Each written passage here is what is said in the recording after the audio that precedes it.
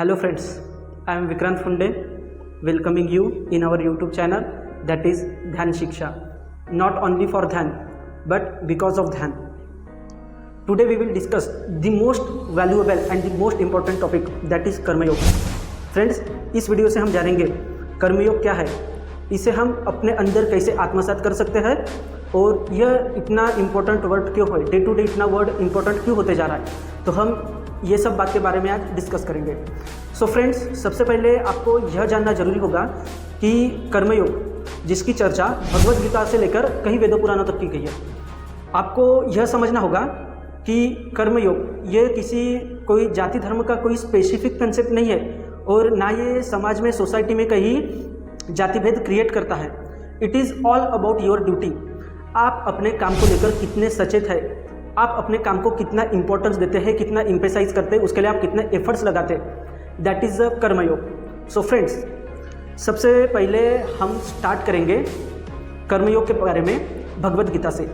भगवद गीता के अध्याय 3 में अनेकों श्लोकों से भगवान श्री कृष्ण और अर्जुन के बीच में बहुत ही विस्तृत चर्चा दी गई है, जिसमें भगवान श्री कृष्ण ने अर्जुन को योग के 4 प्रकार बताए हैं, जिनमें से पहला ज्ञान योग, दूसरा कर्म योग, तीसरा ध्यान योग और चौथा भक्ति योग. भगवान कृष्ण ने भगवद गीता में कहा है कि यदि आप धरती पर मनुष्य रूप में जन्म लिए हो तो इसका मीनिंग है कि आप किसी न किसी कर्म से अवश्य बंधे रहेंगे. तो फ्रेंड्स, भगवान कृष्ण कहते हैं आप किसी न किसी कर्म से बंधे रहने ही वाले हो तो आप अच्छे कर्म करो, आप कर्म योग से बंधे रहो, आप अपनी खुद की प्रशंसा के लिए कर्म करो एवं भगवान के प्रशंसा के लिए कर्म करो. और कर्म ऐसे करो कि आप कभी कर्म के फल की चिंता कभी ना करो. आपके कर्म के हिसाब से आपके कर्म का फल आपको अवश्य मिलेगा. फ्रेंड्स, यदि आप कोई स्टूडेंट है या आप कोई छोटा मोटा बिजनेस करते हैं या आप कोई गवर्नमेंट सर्वेंट है, तो आपको आपका कर्म आपके मन के पूर्ण शुद्धता से करना है, एकदम कर्म सकाम कर्म करना है, पर वो भी बिना फल की चिंता करे बिना. मतलब आपको आपके कर्म के लिए जीना है, आपके कर्म को ही जीना है, आपको अपने कर्म को ही सोचना है और आपको अपने कर्म में ही अपनी खुशियाँ ढूंढनी है. तो फ्रेंड्स, अब आप समझ गए होंगे, इसी को हम कहते हैं डेडिकेशन, यानी कि अपने काम को लेकर हम कितने डेडिकेटेड है, अपने आप को कितना समर्पित कर रहे हैं. तो अब आप समझ गए होंगे कर्मयोग क्या है. It is all about how you are pursuit for your work, how you are performing your duty, and it is all about how you are showing your gratitude towards your work.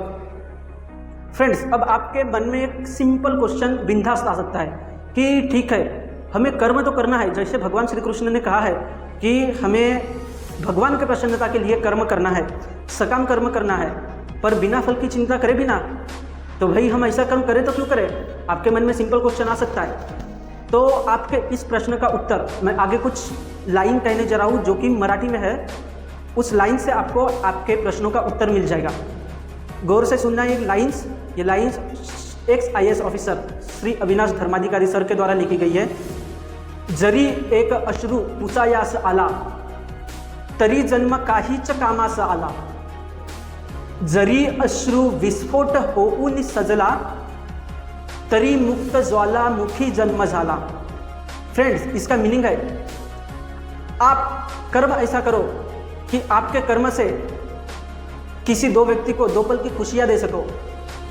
कर्म करके आप इतने प्रबल बनो कि किसी आंखों से निकला हुआ आंसू पोंछ सको.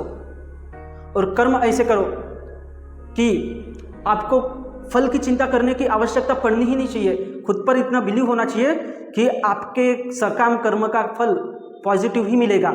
जो फल आपने सोचा है वही फल आपको मिलेगा. इस प्रत्यय के साथ आपको अपना कर्म करना है.